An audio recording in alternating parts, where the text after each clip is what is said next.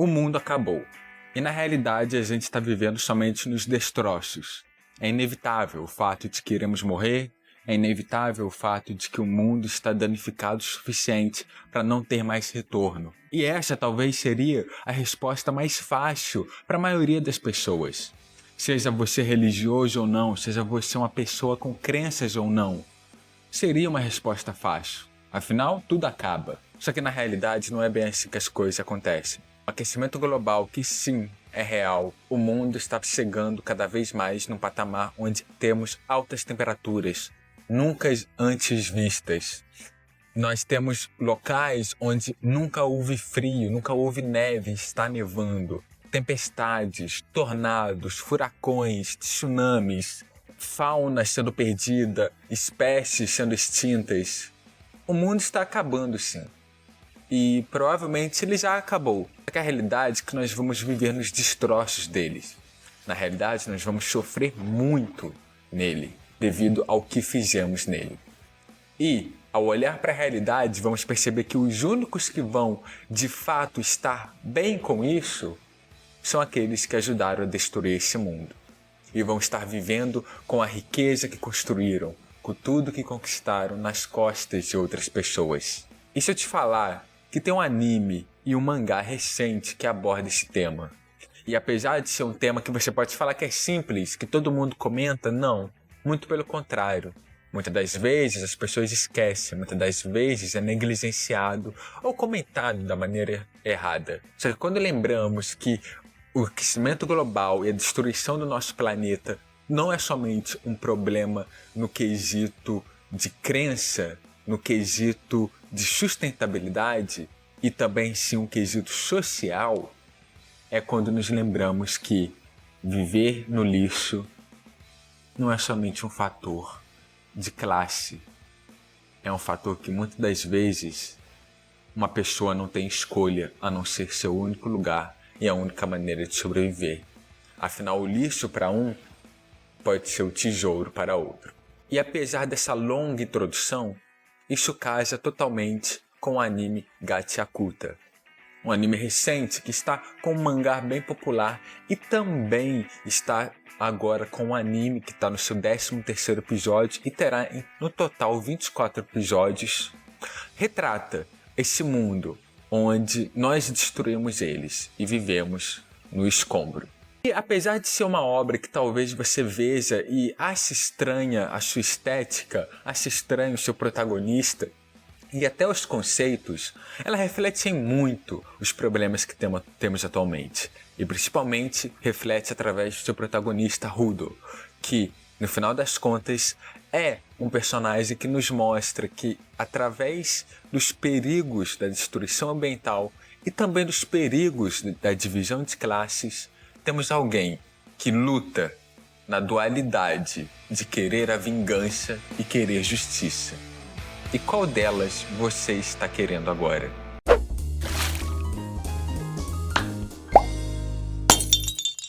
Olá, meu nome é Celtic, sejam muito bem-vindos de novo aqui no canal Quando Decide Pensar, de volta ao quadro principal do canal que tem o título de mesmo nome.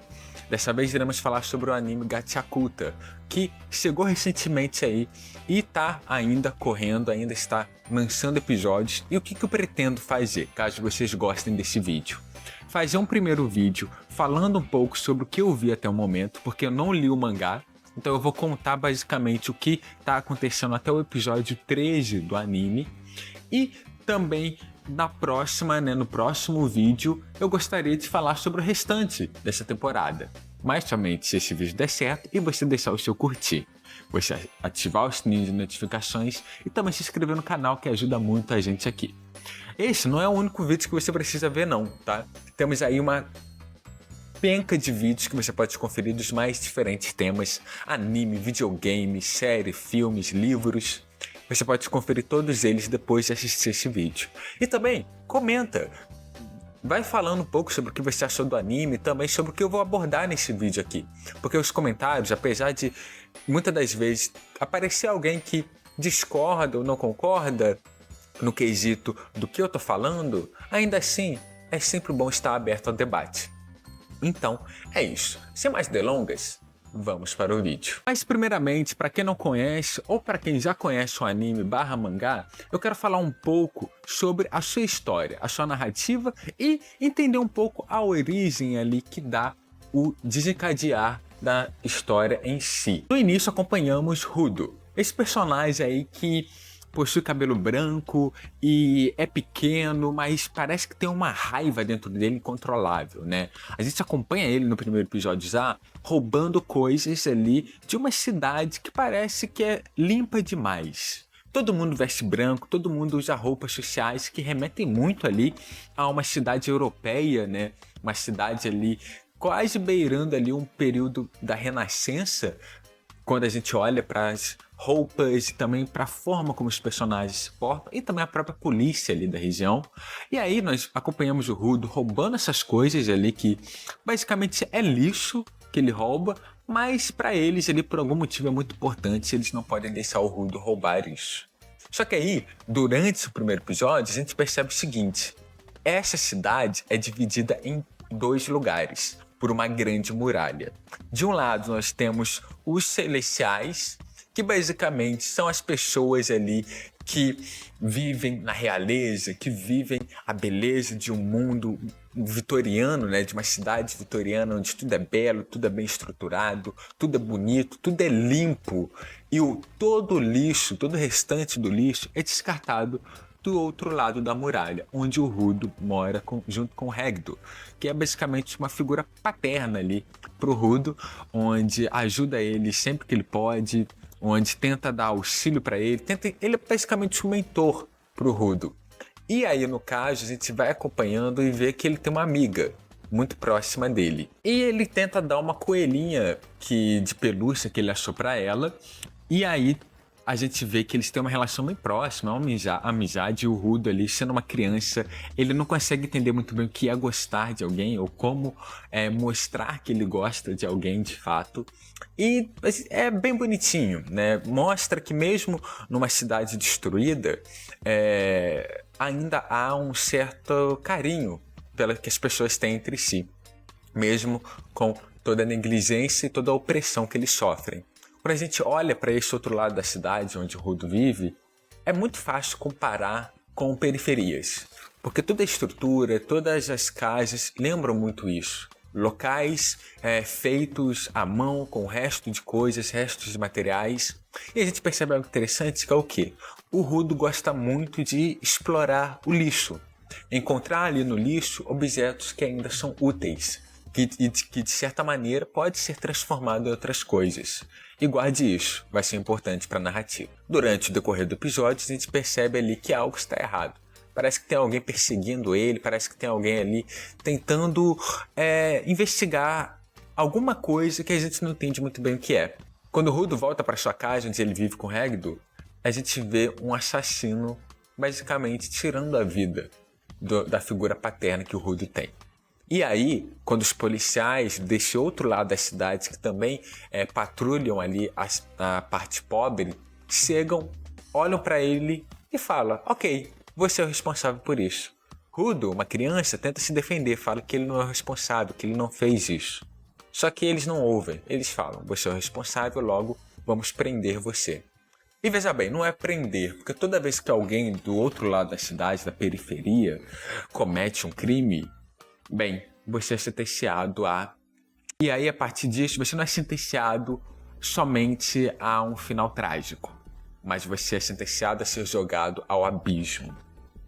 E esse abismo, o que tem nele? Pro Rudo e para todas as outras pessoas ali, é um abismo sem fim, onde você cai e nada acontece. Bate a cabeça e tchau. E aí, a última coisa que o Rudo vê é essa sua amiga de infância, com o coelho de pelúcia que ele deu para ela, jogando o coelho fora e falando: não, você é igual a eles, você não é diferente, você é um rato de periferia igual a eles. Então Rudo, consumido pelo ódio, pela raiva, fala que vai dar algum jeito de se vingar, algum jeito de voltar para este lugar e ir lutar contra todos eles e vingar também o que aconteceu com o seu pai, praticamente, o Hegdo. Só que aí, quando ele cai no abismo, a gente percebe algo diferente. E aí você pensa, tá, ele caiu, mas vai acabar o anime aí, o episódio aí? Claro que não. Mas é engraçado que você tem uma expectativa diferente ao olhar para isso. Porque você sente ali, acompanhando o início do episódio, que, ok, a narrativa vai acontecer então nessa divisão, né? Entre as pessoas pobres e as pessoas ricas. Só que tem algo a mais também. Quando ele cai no abismo, ele sobrevive. E quando ele se levanta e olha em volta, ele percebe que, ok, eu estou vivo. Então onde é que eu estou? Porque se eu estava na superfície e caí no abismo, então o que aconteceu? Onde que eu vim parar? Então é aí que ele percebe que ele está em volta de lixo. E tem criaturas que surgem gigantescas, como se fossem kaijus mesmo, né? Que são aqueles gigantes, as criaturas gigantes japoneses como Godzilla, enfim, entre outras. E aí ele enfrenta elas porque ele fala, eu não vou perder minha vida aqui, eu vou dar um jeito de voltar para lá, eu vou sobreviver. É nesse momento que ele é salvo pelo Andy, essa figura um tanto quanto misteriosa que a gente não entende muito bem ou sabe muito bem o que ele é, mas ele salva o Rudo. E aí, então, que ele explica para ele o que aconteceu. Ele fala, ok, você sobreviveu, mas isso não é um abismo. Essa é a superfície. Você estava no céu. Então, o paraíso celestial, onde os celestiais vivem, não é a superfície. É, na realidade, um dos locais mais altos do mundo, onde todas as pessoas mais ricas vivem e sobrevivem. E a superfície foi totalmente destruída pelo lixo humano. E esse lixo humano chegou a um ponto onde ganhou vida própria. E essa vida própria criou esses monstros. E a periferia, lá em cima onde o Rudo vivia, é somente uma forma de dividir as classes e mostrar que ainda há pessoas superiores e pessoas inferiores. E isso entra já nos conceitos filosóficos, é claro. Porque quando a gente olha para uma questão de classes sociais, nós já percebemos a divisão social, castas sociais, questões econômicas, a própria visão do capitalismo e a sua forma como destruiu o mundo que conhecemos, destruiu não com fogo, ou com crises, ou com guerras, mas com lixo, a gente percebe a real situação que está passando no anime. Zygmunt Bauman, por exemplo, fala que o capitalismo cria lixo humano. E não lixo humano, papel ou qualquer outra coisa que é jogada fora. Não, seres humanos que são descartados, que não servem para nada e que não servem para a sociedade onde as pessoas vivem. Esse lixo é descartado. E aqui no anime é descartado literalmente. E aí que a gente entra agora nos conceitos. Porque como eu te apresentei um resumo, que demorou um pouco para te apresentar, mas importante, sobre o primeiro e segundo episódio, eu vou falar um pouco dos conceitos apresentados durante esses 3 episódios e que me interessaram muito, devo confessar, porque foram conceitos que, apesar de ainda ser um shonen e não ser perfeito o anime, ele traz ideias muito boas que são muito bem apresentadas e construídas. Uma delas no próprio personagem Rudo. Lembra que eu falei no início do vídeo, na abertura, sobre você buscar justiça ou vingança em um mundo onde você é menosprezado e você é colocado como inferior pelas castas maiores, onde o capitalismo e o capital é aquele que rege tudo? Então, aqui, essa dúvida também está no protagonista. Porque quando a gente olha, por exemplo, para a filosofia de Nietzsche, e aí a gente olha para a questão que ele sempre fala, que uma revolução, que um movimento não pode ser baseado em ressentimento. Porque o ressentimento gera raiva, o ressentimento gera um senso onde você não tem consciência e não tem estrutura de movimento. Muito pelo contrário, você é movido por emoções, e emoções que podem te destruir. Porque você é movido por ressentimento, por aquela raiva de algo que você sofreu, e às vezes você vai fazer as pessoas sofrerem o mesmo, sem sequer perceber o que você está fazendo. Então o Rudo, justamente por essa questão dele ser menosprezado, dele ser jogado no abismo, próprio abismo que Nietzsche também comenta nos seus livros, né, que quando você fita o abismo ele olha para você de volta, quando ele cai nesse abismo é onde o Rudo realmente entra na jornada dele se encontrar, na jornada dele entender se ele realmente busca a justiça ou a vingança, se ele busca lutar pelo ressentimento através dele ou através de superar as pessoas que menosprezaram ele e oprimiram ele. E aí, a superação do Rudo, ele se encontra no próprio lixo, que é muito legal. A gente descobre no decorrer do anime que certos personagens ali têm poderes. Esses poderes você ganha através da consciência, né, dos pensamentos que é falado. O próprio lixo, essas criaturas que surgem do lixo, foi através dos pensamentos negativos que foram se acumulando devido à alta quantidade de lixo no planeta, e isso foi criando essas criaturas. Tanto que tem ambientes onde são extremamente tóxicos, onde essas criaturas vivem dentro do mundo ali de Gachiakuta. E tem algumas pessoas que são capazes de controlar essas habilidades, esses pensamentos, e através disso transformar objetos ou transformar armas para lutar e enfrentar essas criaturas ou outras pessoas. E o Rudo também tem esse poder, só que o poder dele é muito específico. Por quê? A maioria das personagens transforma uma arma específica, um cajado, um guarda-chuva, uma tesoura, e todas essas armas existem dentro do anime, mas o Rudo não, ele consegue transformar qualquer coisa. Só que aí no decorrer a gente percebe que não é qualquer coisa, é lixo. Só que aí, de novo, não é somente lixo, são coisas que o Rudo acredita que ainda tem valor. Então a superação que ele faz perante aqueles que oprimiram ele é enxergando valor naquilo que eles descartaram.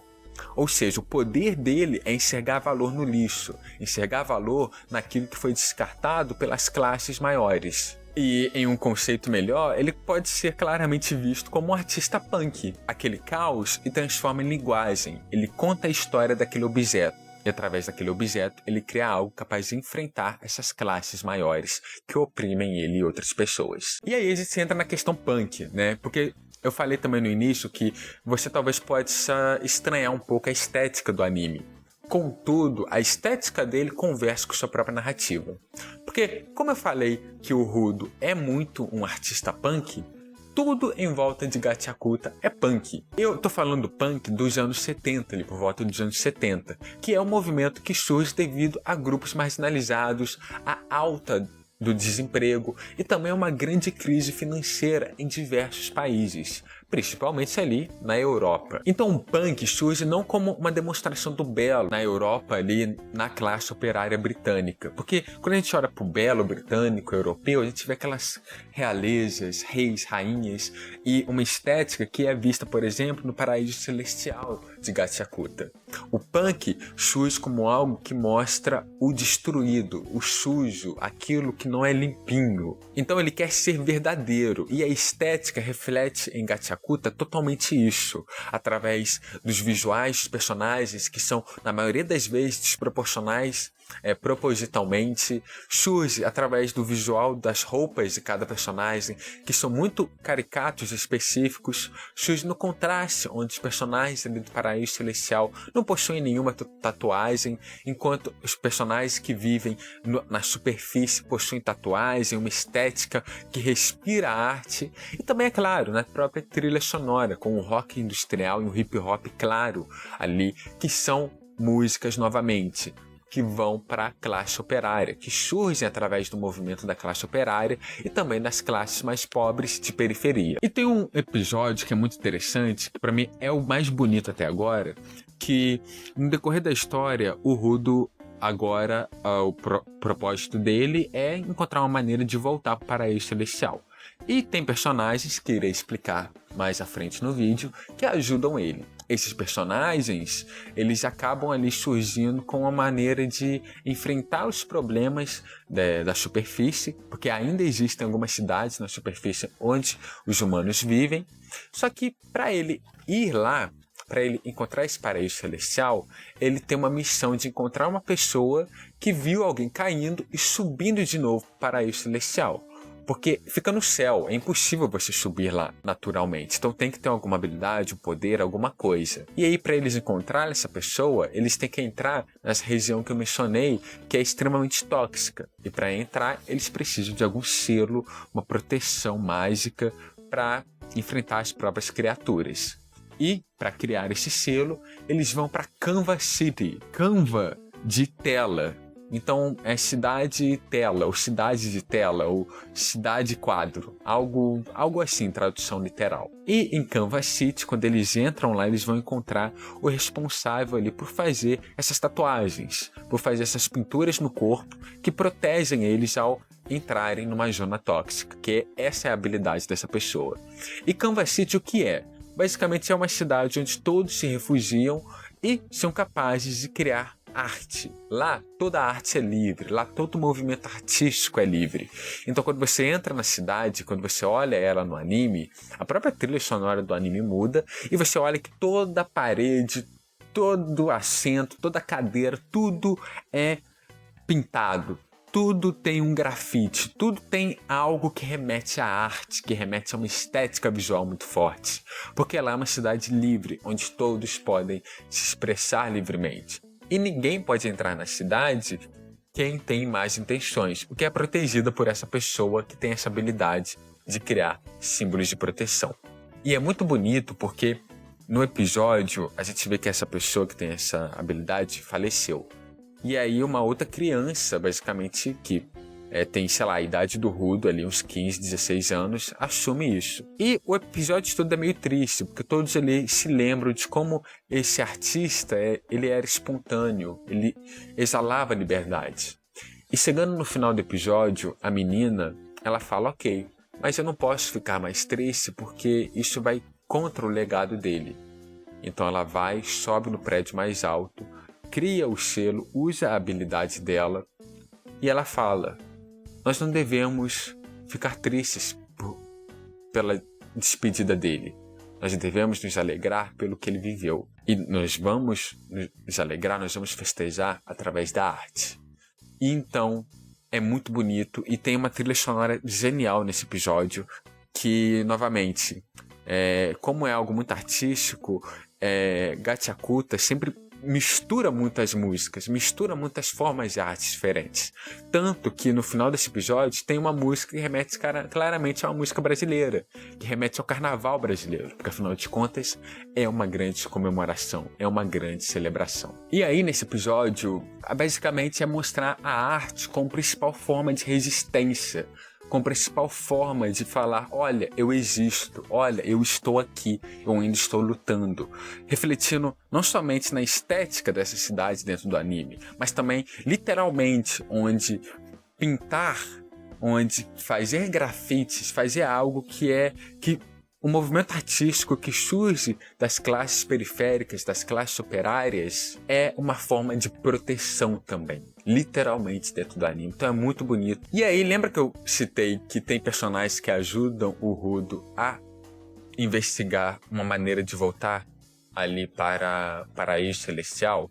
Esses personagens são os Limpadores, que basicamente são os personagens mais fortes do mundo de Gachakuta, onde basicamente a gente tem ali os personagens capazes de usarem os pensamentos, que basicamente eles são capazes de transformar armas em objetos fortes, objetos mágicos, através dessa habilidade. Basicamente nós temos vários deles ali, é uma organização, então vários deles surgem para ajudar o Rudo a lidar com esse mistério que eles tentam desvendar. O Andy é um dos principais deles e ele é o responsável por ajudar o Rudo, por meio que ser o mentor dele ali e ser a próxima figura paterna que surge no anime para ele. E é engraçado porque são os personagens mais fortes, são limpadores basicamente. É legal porque é uma reversão de status quando a gente olha para a superfície, uma superfície destruída pelo lixo. Os limpadores, que são praticamente garis, né, que nós temos aqui no Brasil, eles se tornam os heróis, se tornam as figuras mais fortes desse mundo, porque eles são os únicos que conseguem lidar com o lixo da melhor forma possível. Então há uma mudança total de status nesse mundo pós-apocalíptico, nessa distopia, onde os garis se tornam os verdadeiros heróis. E a gente tem ali também os Raiders, né, que são basicamente renegados ali, e Raiders basicamente pode ser traduzido como saqueadores também, que também têm poderes dentro do mundo de Gachakuta, mas aí eles entram em contraste com os limpadores, que eles são uma organização, mas que não buscam controle, que não buscam melhoria, eles só buscam caos, de certa forma. Buscam conquistar, roubar, pegar o que eles desejam. Então, isso claro, entra no clichê do shonen de ter antagonistas, que inclusive eu acho que vai ser mais desenvolvido agora nos próximos episódios. Você percebe que eles ali não são vilões somente por serem vilões. Porque quando a gente olha para uma distopia, há uma razão para uma pessoa fazer o mal, né, ali. E não somente existem pessoas cruéis, é claro, dentro de narrativas distópicas, mas uma organização dessa, por exemplo, é um espelho quebrado. É uma organização que representa o caos através do que sobrou do mundo. Porque, afinal de contas, o mundo entrou em colapso. Tem a classe social que ainda se levanta e vive escondida de todos, mas aqueles que tentam sobreviver são divididos entre aqueles que buscam a organização para superação e aqueles que vivem no ressentimento. E, de novo, isso é centralizado na narrativa micro do Rudo como protagonista, mas no macro entra em contraste nessas duas organizações, nos raiders, né, nos saqueadores e nos limpadores. Tem aqueles que saqueiam, que deixam tudo destruído, caos, sujo, e os limpadores, que limpam, que organizam. Então, de novo, contraste, de novo, luta de classes. E a luta de classes dentro daqueles que estão dentro da própria classe social, que é o que acontece na própria realidade nossa, quando nós vemos ali movimentos políticos entrando em conflito ao invés de se entenderem e lutarem contra aqueles que representam a verdadeira opressão. Então Gatchakuta é muito bom porque ele é uma narrativa, uma obra, um anime que é sobre olhar para baixo, que é sobre perceber que o que é lixo não necessariamente é lixo porque foi criado para ser descartado, mas que talvez foi construído por uma classe social maior para que nós possamos olhar para isso e pensar, ok, esse celular, por exemplo, eu posso jogar fora porque eu vou comprar outro no futuro. Então, é muito interessante a forma como ele é estruturado de uma maneira que você consegue olhar diferente para certas representações que temos na realidade. E a própria estrutura de poder, né, que sempre existe no shonen, os próprios personagens, que tem o personagem que é mais engraçado, tem os pares românticos do protagonista, do próprio Rudo. Então, pra mim, é um refresco muito bom que veio nessa temporada de animes. A própria Amo, que é uma personagem que aparece no episódio 12 e 13, que eu não comentei aqui, e quero comentar no próximo vídeo, ela retrata muito esse mundo destruído onde as crianças são esquecidas, né? No meio do lixo, a gente esquece, e aí os limpadores surgem para lembrar um pouco disso, mas a gente esquece da ordem em si. E a gente esquece das crianças, onde elas são tratadas também como material, como descarte, como produto. E a Ama em si é descartada. E aí tem uma cena muito forte, que eu não vou falar aqui sobre o que é. Ela é uma criança, uma cena com um adulto, vou só falar isso. Que no episódio 12 e 13 é muito bem representado, porque não é mostrado de uma forma gráfica que te agride, sabe? Mas de uma forma visual que te deixa reflexivo. E como é uma autora mulher, eu acredito que isso interfere muito também. Então eu recomendo muito você assistir Gatchakuta, porque tem muito ali a ser contado.